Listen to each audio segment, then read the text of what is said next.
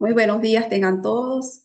Buenos días a las personas que están conectadas viéndonos en esta mañana. Nuevamente el grupo Wikimedistas Guayú está con un conversatorio súper interesante. Hoy estaremos hablando sobre el impacto ambiental de las tecnologías.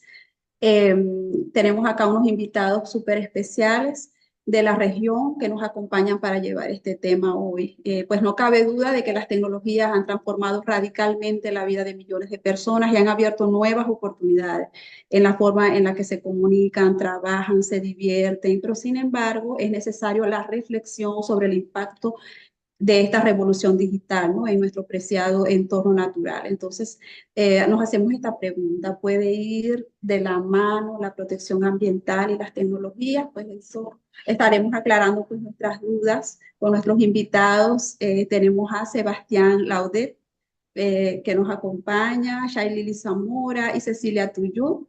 Pues ellos nos estarán dando ahora un breve saludo. Sebastián es profesor.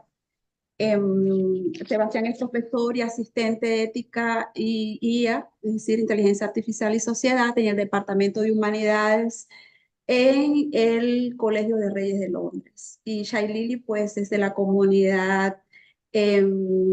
la comunidad Wichi de Argentina, que nos acompaña hoy en Wikiventas Guayú, y Cecilia Tuyut, pues es también de la comunidad indígena Cachiquel de Guatemala. Entonces, bueno, tenemos acá Argentina, Guatemala, tenemos Europa también con nosotros a través de Sebastián para mirar este tema importante sobre las tecnologías. Bienvenido, Sebastián. Quiero darle un espacio, un momentito, Sebastián, a Leonardo Fernández, que es nuestro coordinador general del grupo de usuarios Wikimeditas Guayú. Entonces, Leo, te doy esta parte también para que tú nos saludes. Sí, muchas gracias, Neymar. Sí, bueno, yo quería dar las gracias básicamente a Sebastián, a Cecilia y a Shailili por sacar el tiempo y por acompañarnos en este espacio que es muy importante porque esto nos ayuda a reflexionar y nos ayuda a entender también cosas que a veces desconocemos o que queremos también entender por ese lado, sobre el tema del uso de la tecnología, los aparatos que se vuelven obsoletos en el tiempo y todo esto que también va creando como que una cantidad de materiales y desechos, ¿no? Entonces, muchas veces no entendemos que eso también está generando un impacto también en la tecnología y en la producción constante de esos dispositivos, ¿no? Entonces, nada, básicamente agradecerles por el espacio y por el tiempo que están sacando para estar aquí y también a las personas que están escuchándonos ahorita. Gracias, Leo, así es, muchísimas gracias. De verdad, bueno, en este agradecimiento, pues para no extendernos más, sino a escucharlos de verdad y poder aprovechar de sus conocimientos, de sus recomendaciones y todo lo que nos puedan aportar en esta mañana. Dejo con todos a Sebastián Laudet. Hola, muchísimas gracias Neima por la presentación y también a Leonardi por la invitación. Estoy súper emocionado y feliz de poder conversar con ustedes y de aprender lo que están haciendo también. Conocí a Leonardi en Bogotá en un encuentro de Tierra Común, una red a la que pertenezco de activistas y académicos y académicas. Y ahí, bueno, comenzamos una conversación que de pronto se transformó en esta instancia más colectiva. Así que muy contento de poder estar aquí. Em, Voy a realizar una presentación de alrededor 20 minutos. Voy a poner el tiempo porque si no siempre me paso. Y bueno, eso. Quizás antes de empezar voy a mencionar que, bueno, quizás mi presentación está un poco cargada hacia el aspecto un poquito más pesimista de la relación entre tecnología e Internet tecnología y medio ambiente porque me voy a enfocar un poco en los costos medioambientales de la tecnología, de los cuales muchas veces no sabemos o no se nos aclara, digamos, se nos mantiene alejados de un poco con razones que podemos discutir después.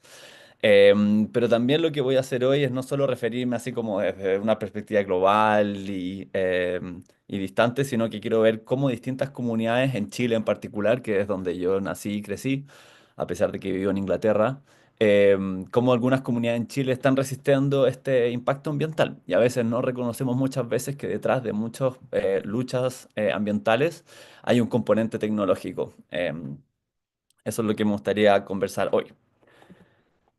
Primero que nada, decir que hay una idea errónea, digamos, que circula con mucho poder, mucha fuerza en muchos lugares, que es básicamente la idea de que lo digital o la tecnología es como si fuera inmaterial, ¿no? Como si fueran información o bits, diríamos, que circulan a través del mundo, en el aire, no sé, de forma totalmente abstracta, pero no es así. Hay metáforas muy impregnadas en la sociedad, como la idea de la nube, por ejemplo, la idea de que los datos se almacenan en algo así, algo que algunas personas llaman la nube. Em, o incluso la idea de inteligencia artificial, si ustedes buscan en Google o en algún buscador inteligencia artificial, se van a encontrar con estas imágenes como la que pongo a la derecha, de cerebros azules como flotando en una especie de éter, de nuevo, como si es que la inteligencia artificial no tuviera una existencia física también material.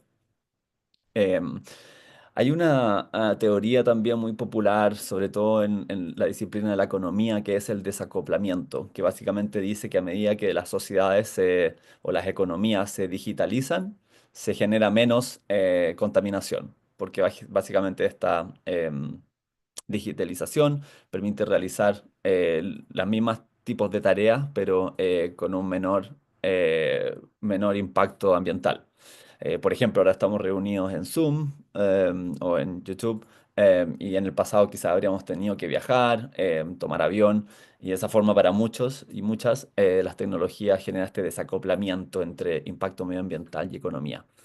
Entonces, para muchas políticas públicas, muchos países, organizaciones internacionales, asumen que mientras más digital, menos impacto ambiental, menos contaminación. Y el problema con esto es que invisibiliza toda la infraestructura y la cadena de valor que está detrás de la tecnología. Es decir, eh, vamos a conversar después de esto, pero por ejemplo los datos se almacenan en edificios físicos que se llaman centros de datos que requieren energía.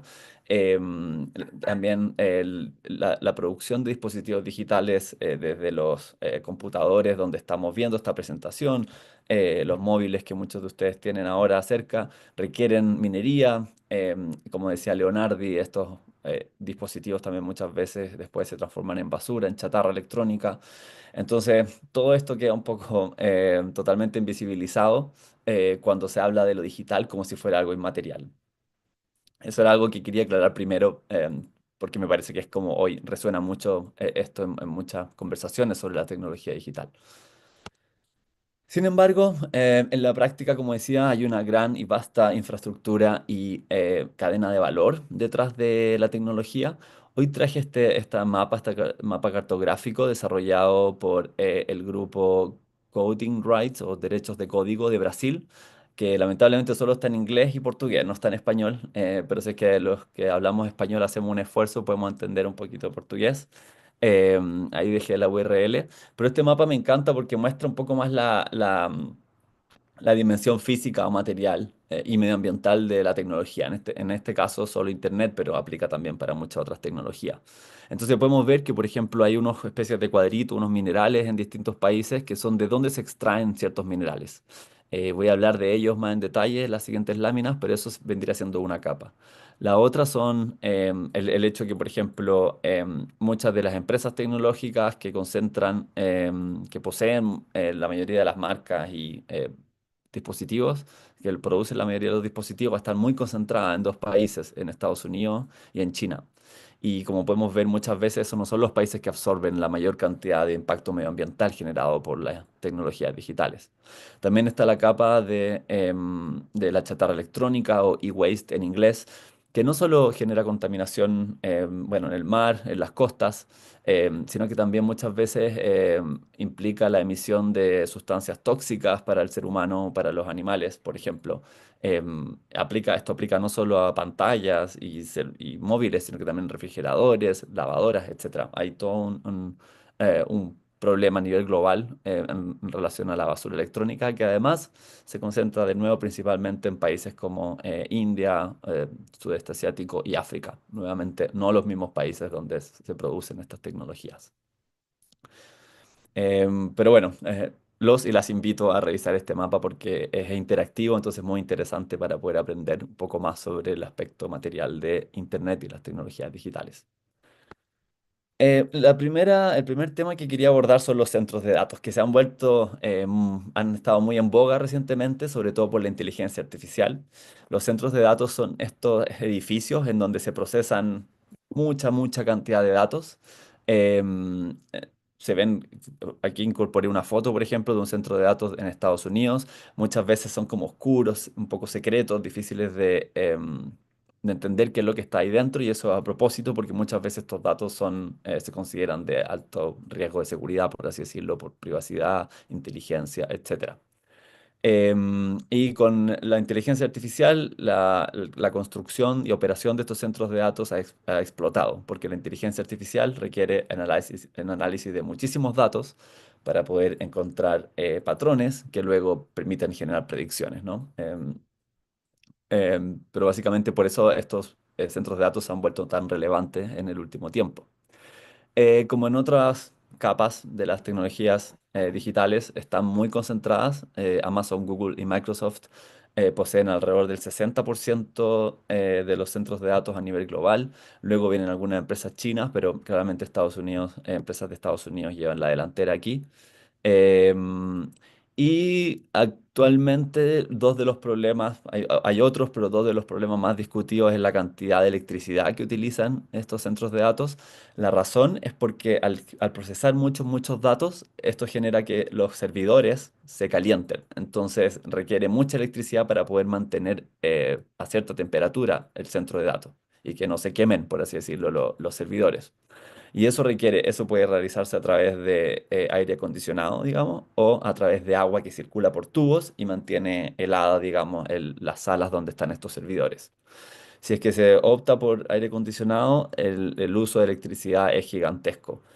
Según estimaciones recientes, en el año 2027 el mundo va a estar utilizando más o menos la misma cantidad de electricidad que utiliza todo un país, Holanda, en términos de electricidad, considerando Holanda un país, digamos, desarrollado que tiene una industria que utiliza muchísima electricidad.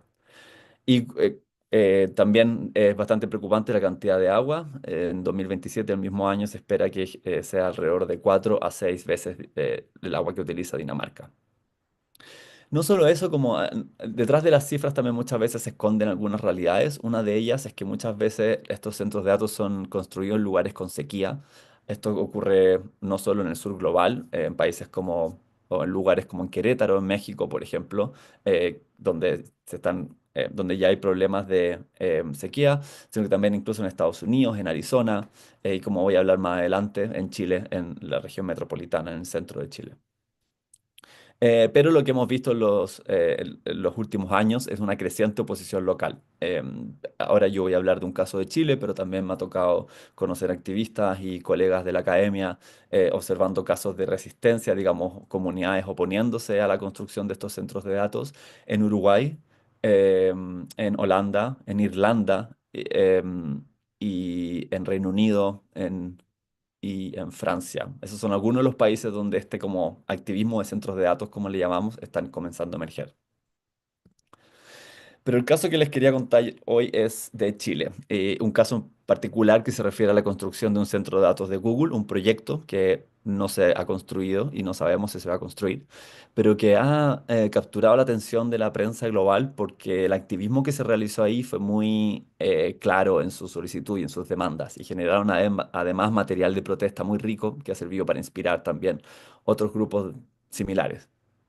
Este proyecto comenzó cuando en 2019 Google, junto al gobierno del entonces presidente Sebastián Piñera, anunciaron la construcción de un centro de datos en Cerrillos, em, em, que es un área, digamos, de clase trabajadora, un área industrial que le llaman básicamente en Chile, me imagino que en Colombia, Argentina y otros países de América Latina también, donde se considera que las empresas o las fábricas pueden llegar y construirse como si es que no existieran vecinos y vecinas en esos lugares.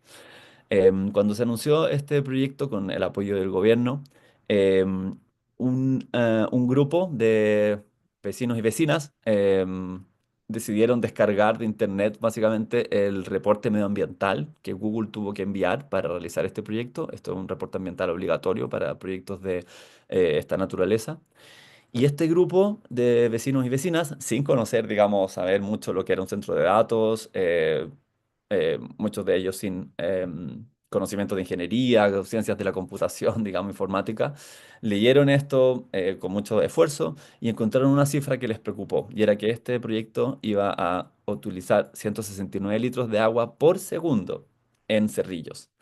Esto equivalía al consumo en 24 horas, en un día, de la demanda domiciliaria anual de los más de 80.000 habitantes en Cerrillos. O sea, este centro de datos iba a utilizar en un día todo lo que utilizaban todos los vecinos y vecinas de Cerrillos en un año. Em, Hubo distintas situaciones que contribuyeron con esto. Una de ellas es la privatización del agua y la compra de derechos de agua que se llama en Chile, pero no quiero profundizar mucho en eso. El punto es que este grupo, alarmado por estas cifras, comenzó a movilizarse, se fueron asistieron a mercados, ferias de la calle para convencer a los vecinos y vecinas, crearon pósters que pegaron, panfletos, digamos, que pegaron en las paredes. E iniciaron una campaña para poder concientizar sobre este proyecto y su costo energético y de agua, perdón. Obviamente no fue fácil porque muchas personas de Cerrillos lo veían esto como una buena señal, una oportunidad de trabajo, la idea de que Cerrillos se iba a transformar en un polo de desarrollo, por así decirlo. Pero aún así este grupo de vecinos y vecinas perseveró. En un momento hubo una consulta municipal, un referéndum sobre muchas preguntas y este grupo más activista, por así decirlo, del centro de datos, logró incorporar una pregunta sobre el proyecto de Google. Y esta pregunta fue básicamente, ¿usted le parece que este proyecto se instale en Cerrillos? Y ante eso, el 49% votó que no le parecía que el proyecto se instalara. Es decir, casi la mayoría estaba en desacuerdo con el proyecto. Esto, est- esta consulta, eso sí, no era vinculante, es decir, no implicó necesariamente que el proyecto se cancelara, pero sí permitió a este grupo activista negociar directamente con Google. En paralelo también hubo algunas iniciativas legales en tribunales ambientales y más recientemente, hace alrededor de 2 meses, estamos hablando de muchos años atrás, pero este proyecto ha seguido, digamos, Google ha perseverado con este proyecto, ha introducido cambios entre medio, pero el último hecho fue que hace alrededor de 2 meses atrás, Google desistió del proyecto, es decir, dijo que no iba a continuar y no iba a perseverar. Eventualmente va a haber un cambio del proyecto y se va a instalar otro de similares o distintas características para reemplazar este proyecto de Google. Pero el proyecto original que presentó ante, digamos, la Corte Ambiental en Chile, ese proyecto al parecer ya no iría según Google. Como dije antes, este es un caso, pero también hay otros en otros países. Sin embargo, para mí este tiene un valor especial, como decía, por el rico material que generaron, del cual les voy a mostrar solo una pieza. Si entran al Facebook de Mosacat pueden encontrar esta pieza gráfica que a mí me parece muy reveladora un poco de cuáles fueron como los temas que quisieron levantar los vecinos y vecinas de ese lugar. Uno de ellos obviamente aparece como esta calavera, lo cual evoca la idea de que Google es tóxico, Google no es bueno para la salud. También hay una figura que, bueno, la mayoría de las activistas detrás del proyecto Centro de Datos de Google eran mujeres, lo cual no es casualidad. En América Latina muchas veces son las protectoras de la tierra, son muchas veces mujeres. Em, y incorporaron esta mujer de agua que le llaman, que es básicamente esta figura de una mujer hecha de agua, para también generar solidaridad con grupos feministas que existían en Cerrillo y poder involucrarlas también en la lucha. Y en el fondo, al centro hay un papel, un papiro, que dice no al data center, liberar el agua, rodeado de las palabras peligro, peligro, peligro, peligro. El nombre de este grupo es Mosacat, creo que no lo mencioné anteriormente, lo cual significa Movimiento Socioambiental Comunitario por el Agua y el Territorio. Y este movimiento se creó a raíz del centro de datos. Hoy también tienen otras causas medioambientales, la mayoría de ellas, pero surgió a raíz del centro de datos. Entonces, este es un caso que quería traer de, digamos, de las dos cosas, el costo medioambiental por un lado de las tecnologías digitales, pero por otro también de resistencia local. La otra capa que quería presentar, o el otro elemento problemático, son los minerales, ¿cierto? Porque, como decía antes, los dispositivos electrónicos, incluso los centros de datos requieren de minerales. Muchos de estos minerales no son tan difíciles de encontrar como cobre, pero otros de ellos sí lo son, como por ejemplo cobalto, litio, níquel, tienen propiedades especiales que permiten crear, por ejemplo, pantallas touch, que se le llama pantallas para que uno puede tocar, o baterías eléctricas. Aquí tengo un ejemplo de la cantidad de kilos de cada uno de estos minerales que requiere construir un auto eléctrico. Pero lo mismo pasa con un iPhone, con los celulares electrónicos. En una ciudad aquí en Inglaterra, un grupo de académicos metió en una licuadora, creo que se llama, una juguera en Chile, metieron en una juguera un celular para poder como destrozarlo, por así decirlo, y analizar todos los minerales que tiene, porque no es fácil. Y bueno, ya encontraron, claro, muchísimos minerales de los que no sabíamos que eventualmente los celulares podían tener, tipo también de nuevo níquel, manganeso, cobalto, etcétera. La extracción de cada uno de estos minerales genera distintos problemas medioambientales, no me puedo referir a todos ellos, voy a hablar del litio en específico en el caso de Chile, pero también derechos humanos. Quizá uno de los casos más terrible es el de la extracción de cobalto en la República Democrática del Congo, ya que la extracción de este mineral muchas veces se utiliza para financiar guerrillas locales, en un momento también la guerra civil en el Congo. También hay informes mostrando evidencia de que hay trabajo infantil involucrado, entonces muchas veces las condiciones, digamos, de extracción no son las mejores, no solo para el medio ambiente, sino que también para las personas. Em, bueno, y también un caso también conocido en América Latina es la extracción del oro en el Amazonas, que también está generando deforestación y también se utiliza en la construcción de tecnologías digitales. El que les quería hablar hoy, ya me quedan poquitos minutos, es el litio en específico en el desierto de Atacama, en Chile, en el norte de Chile. El litio es muy preciado hoy, ha subido su precio, bueno, no en los últimos, digamos, 2 o 3 años, pero hubo una alza muy grande en algún momento, ya que se utiliza para construir baterías eléctricas, principalmente autos eléctricos, que utilizan baterías muy grandes. Y por lo tanto se considera un elemento clave para la transición energética. O sea, muchos dicen, si queremos, digamos, un futuro más verde, necesitamos más litio para poder construir baterías eléctricas. Sin embargo, la extracción de este litio está generando daño medioambiental en el desierto de Atacama. Chile actualmente es el segundo proveedor a nivel mundial, pero si se considera el que se le llama triángulo del litio entre Chile, Bolivia y Argentina, se transforma en el primer proveedor a nivel mundial de litio. En Chile, no en otros lugares, por ejemplo en Australia, que es el primer proveedor, esto no es así. En Chile, el proceso de extracción del litio es muy intensivo en agua. Y esto es porque se extrae de salmueras, digamos, son como estas piscinas que están bajo la tierra. Se extrae hacia la superficie y se crean estas piscinas, como la imagen que pueden ver arriba a la derecha, donde este agua que venía del subterráneo, esta agua subterránea, se evapora, digamos, con el sol y eso permite que decante o que quede la tierra el litio. Y esto obviamente genera mucha agua. Esta agua no es bebestible, pero esta es la agua que alimenta los oasis, los vegetales, la flora y la fauna local.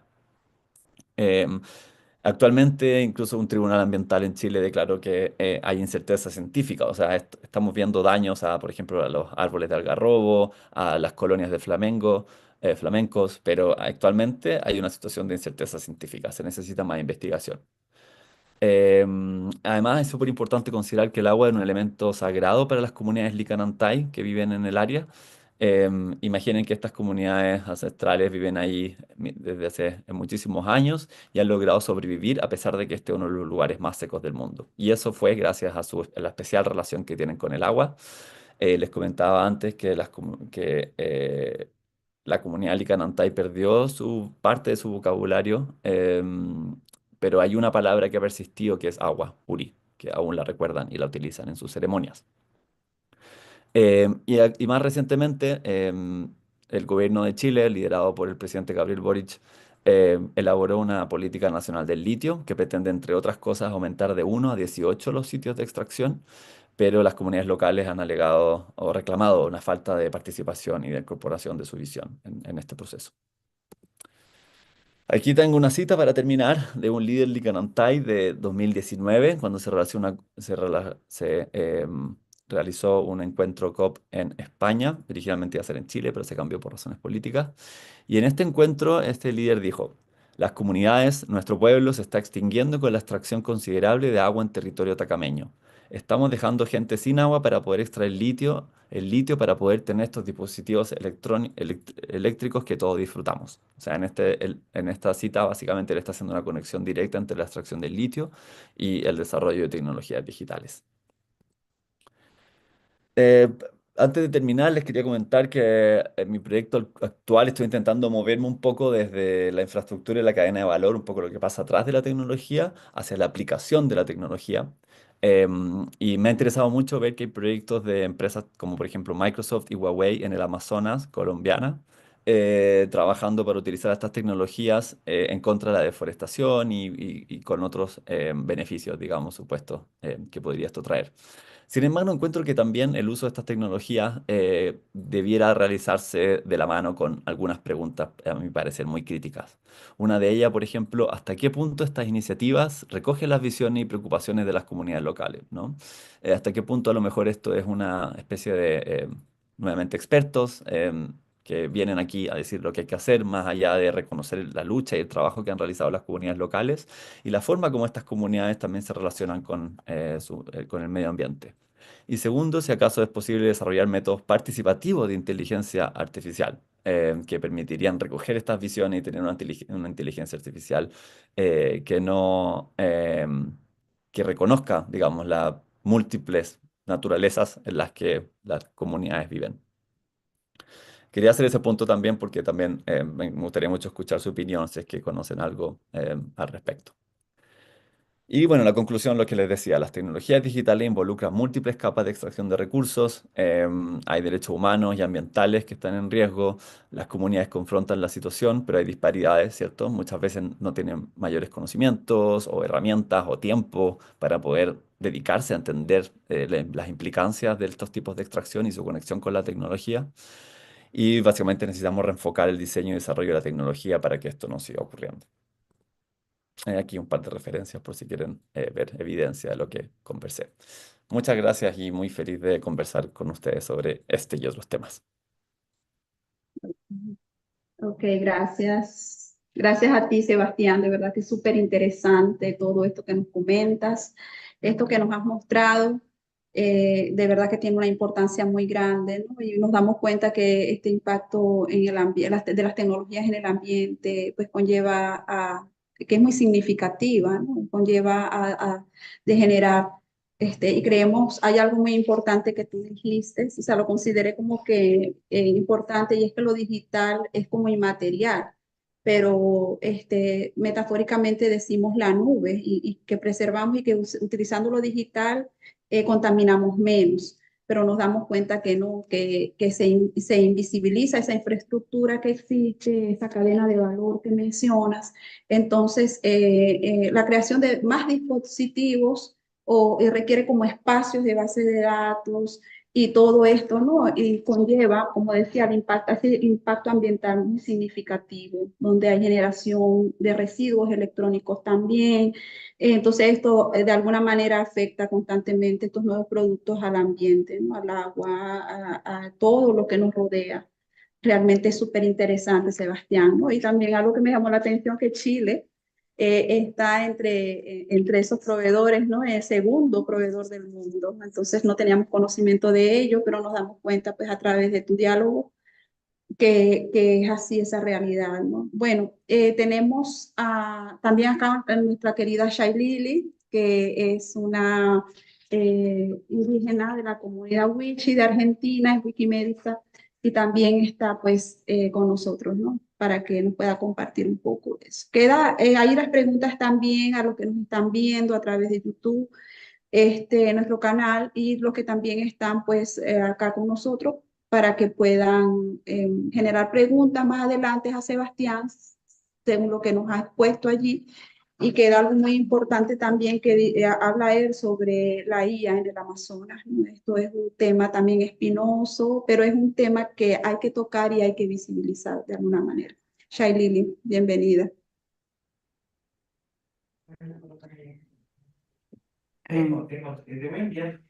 Antena Chihuahua, yo soy Shailene Zamora, saludo en mi idioma.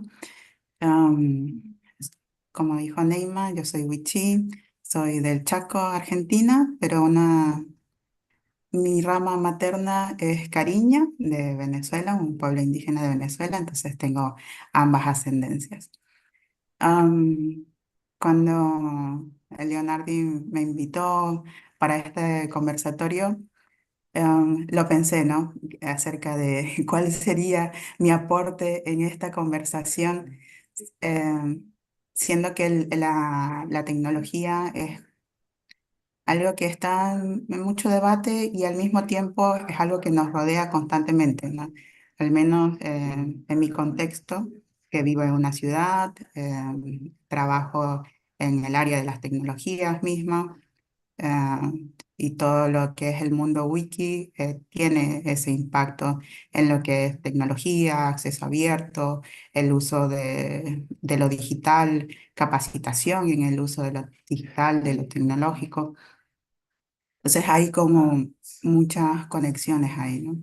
Y al mismo tiempo somos de pueblos indígenas y somos reconocidos como quienes luchamos por la defensa del medio ambiente, ¿no? Entonces, ¿cómo combinamos esas partes, ¿no? que están, que se ven en conflicto en la sociedad, ¿no? Pero nosotros tratamos de sí defender nuestro territorio, sí defender la naturaleza y el mundo que nos rodea, y también el de que la tecnología tenga un uso que sea beneficioso para nuestras comunidades, sin olvidar las tecnologías que nosotros ya usamos, como son las técnicas que se utilizan para elaborar las artesanías, las nuevas tecnologías para guardar los registros, para grabar los idiomas, para grabar las formas, los relatos de los ancianos, para preservar esa memoria relacionada con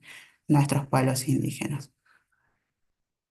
Am, y en esto tenía un punto, ¿no? Que siempre se piensa que los pueblos indígenas estamos en contra del progreso, ¿no? Siempre sé que es como el eslogan para todos estos megaproyectos que atraviesan comunidades indígenas, se habla de esto, ¿no? De que los pueblos indígenas están en contra del progreso, que no quieren progresar, que no quieren trabajar y que no avanzamos, ¿no? Que permanecemos en el tiempo con con el mismo pensamiento antiguo y toda esa parte, ¿no? Que no refleja la diversidad de pueblos indígenas que hay en el mundo. Porque todos los pueblos tenemos como nuestra distinta perspectiva. Tenemos sí puntos en común, pero todos hemos crecido en diversas sociedades y en diversos entornos. Em, También con respecto al uso de las tecnologías, se habla como, lo mencionó Sebastián, como el uso de las tecnologías verdes, ¿no? Como que reducen el impacto tecnológico. Y realmente no es así, porque el uso de los grandes, la energía eólica, que son los ventiladores, causa un impacto muy grande dentro de los espacios en donde se instalan, porque son megaturbinas que generan ruido y eso impacta en la naturaleza, porque las aves que tienen que pasar por esos ambientes en donde están instalados, les afecta el sonido, eh, chocan contra las turbinas. Entonces hay un impacto muy grande y del que no se habla, se invisibiliza ese impacto. Y relacionado con la IA, que era lo último que hablaba Sebastián, mis hermanas son artistas. Una es dibujante, es pintora, y ella está trabajando en un proyecto relacionado con IA, en donde utilizan IA generativas de imágenes para realizar dibujos, ¿no? Y este proyecto empezó porque, que conocemos un poco acerca de la IA, sabemos que tiene ciertos sesgos. Entonces, cuando se pedía la representación, o se pide actualmente, quizás en algunos, eh, presenta un sesgo acerca de la representación de los pueblos indígenas y cómo se representan en la actualidad o cómo eran anteriormente. Entonces, a través de este proyecto, ellos buscaban modificar específicamente con esa IA que es Midjourney, generar otros tipos, o sea, entrenar a la IA para que pueda representar lo que ellos querían representar, ¿no? Relacionado con historias de los distintos pueblos indígenas. Y es un proyecto internacional con pueblos de Chile, de Argentina, de Brasil, donde están artistas de distinto tipo trabajando en generar estas imágenes, en cómo entrenar a la IA para que vaya produciendo estos dibujos, que genere otro tipo de rostros, ¿no? Y que se vaya regenerando esa construcción relacionada con los pueblos indígenas, al menos en esta IA generativa de imágenes. Y eso se ha trasladado acá a Chaco en un proyecto para trabajar con los estudiantes, ¿no? De cómo se ven ellos dentro de esas imágenes, ¿no? Y cómo ellos se describen. O sea, para generar estas imágenes se requiere realizar un prompt, que es como una descripción, una instrucción para la IA. Entonces, ¿cómo se hace esa instrucción o qué es lo que entiende la IA por esa descripción? Entonces, son proyectos interesantes para ver esas representaciones y cómo se está representado dentro de las IA, porque todas estas IA fueron entrenadas, o sea, sus bancos de imágenes fueron generadas por investigadores de data antigua y no tan antigua, pero que no se incluyó realmente en la gran diversidad de los pueblos del mundo, no solo los pueblos indígenas. Y por ahora ese es mi aporte. Muchísimas gracias, Ailili, por tu reflexión en relación a lo que Sebastián nos ha expuesto.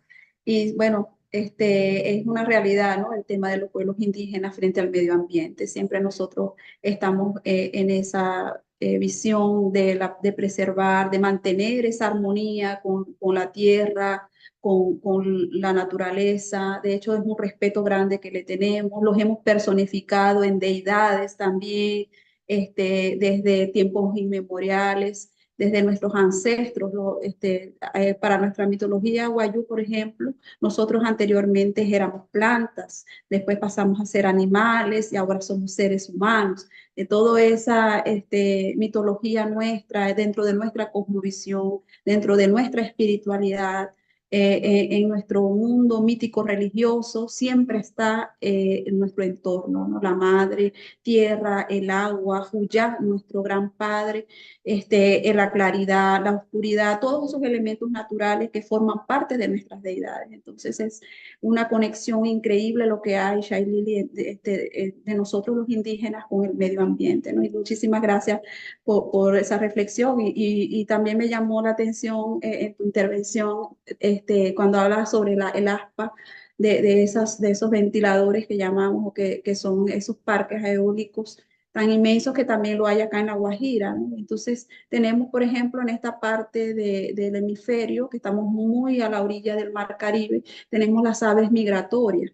Entonces, cuando las aves entran en ese proceso de migración, ellas también pasan por este cielo nuestro y se ven afectadas por esas grandes turbinas, esas grandes hélices que están para generar energía que ni siquiera el mismo pueblo lo está aprovechando, porque van para otras zonas o van para el territorio, no.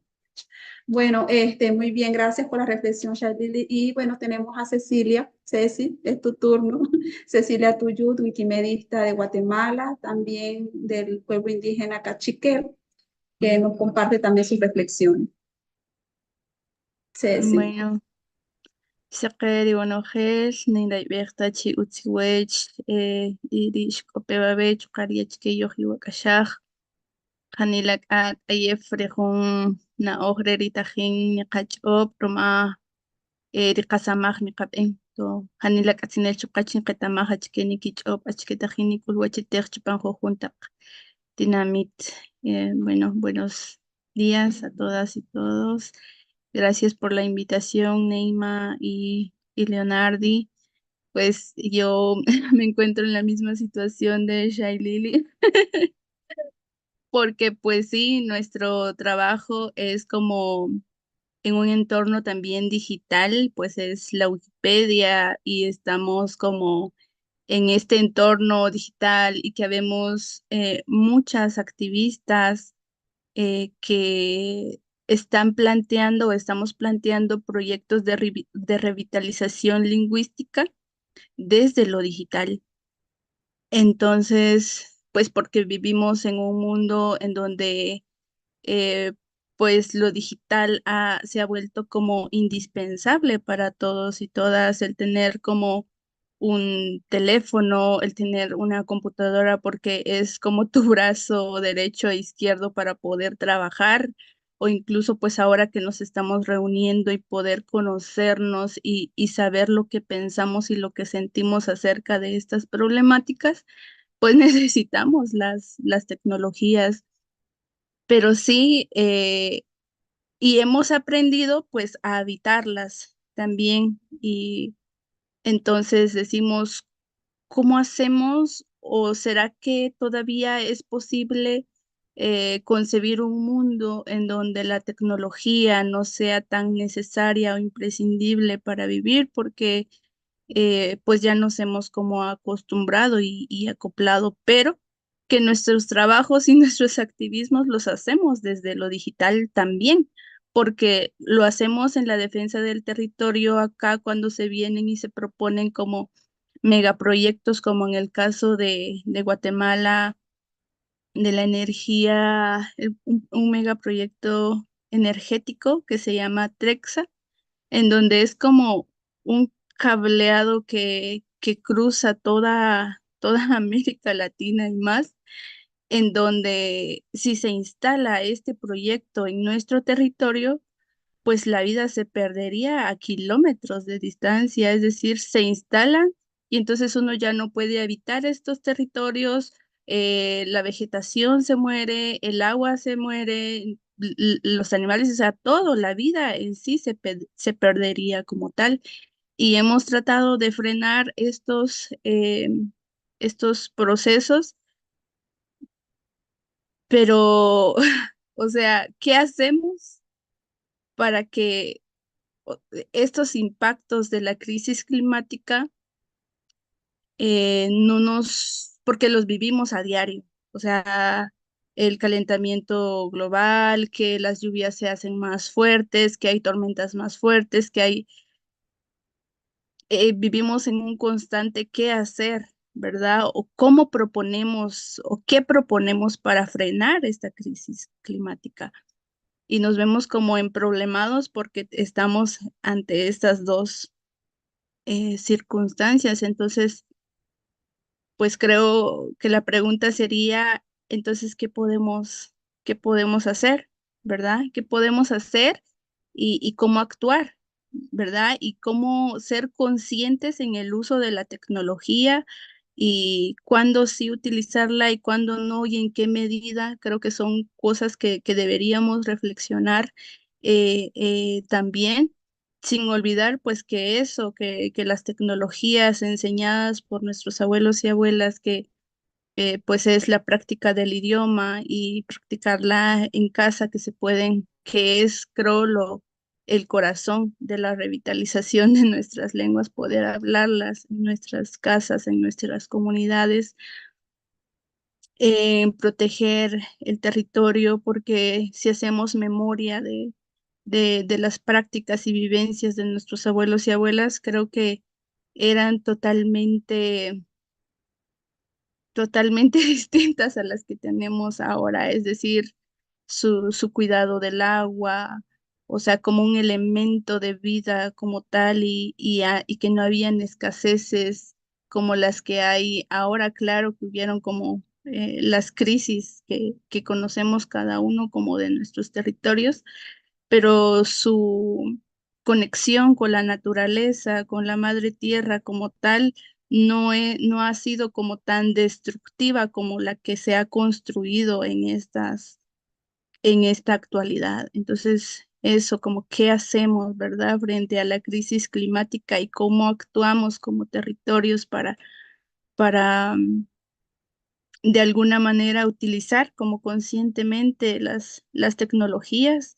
Y bueno, creo que eso podría decir. Gracias.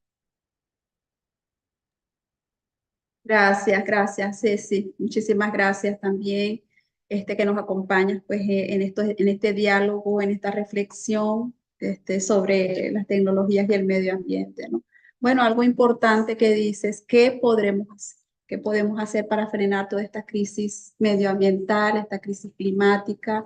Creo que hay muchísimas cosas que hacer, hay que sensibilizar conciencias, hay que bueno, por ejemplo, acá en nuestro territorio, en la ciudad sobre todo, ya empresas han ido como haciendo cosas, ¿no? Pequeñas cosas como evitar el uso de las bolsas plásticas en los supermercados. Los supermercados tienen unos días donde dicen no bolsas plásticas, entonces ellos están también vendiendo bolsas reutilizables, mucho más resistentes y con asas más fuertes.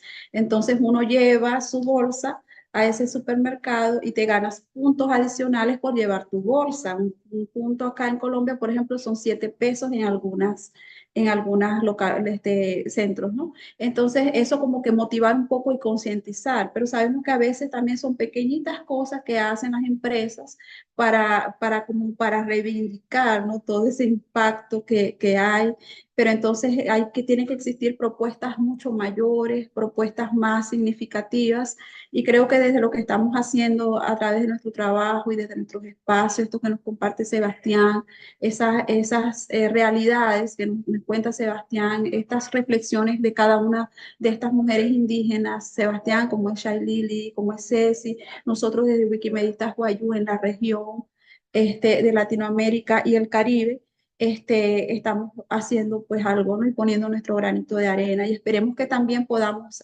seguir haciendo más cosas. Bueno, ya nos quedan como unos 10 minutitos del conversatorio. Entonces, dejamos esa pregunta también, ¿no? Y a manera de reflexión también para Sebastián, que nos pueda, si hay alguna otra cosa que nos quiera decir, aportar. Como dice Ceci, ¿será posible concebir que exista un mundo? Lo voy a parafrasear, Ceci. ¿Será posible concebir que exista un mundo donde no dependamos absolutamente de las tecnologías o en gran parte no dependamos por completo de tecnología, ¿no? Entonces, será posible volver nuevamente a otras actividades que pudiéramos hacer, ¿no? Pero consideramos a veces el tiempo, el crecimiento, el mundo globalizante, la demanda que hay en tantas cosas. Entonces, bueno, Sebastián, te dejamos en esta conclusión. Y bueno, muchas gracias por sus comentarios y preguntas a las que obviamente no tengo una respuesta clara, sobre todo qué hacer. Yo creo que muchos y muchas estamos en esa situación de, claro, reflexión, pero también tratando de acompañarlo con acción.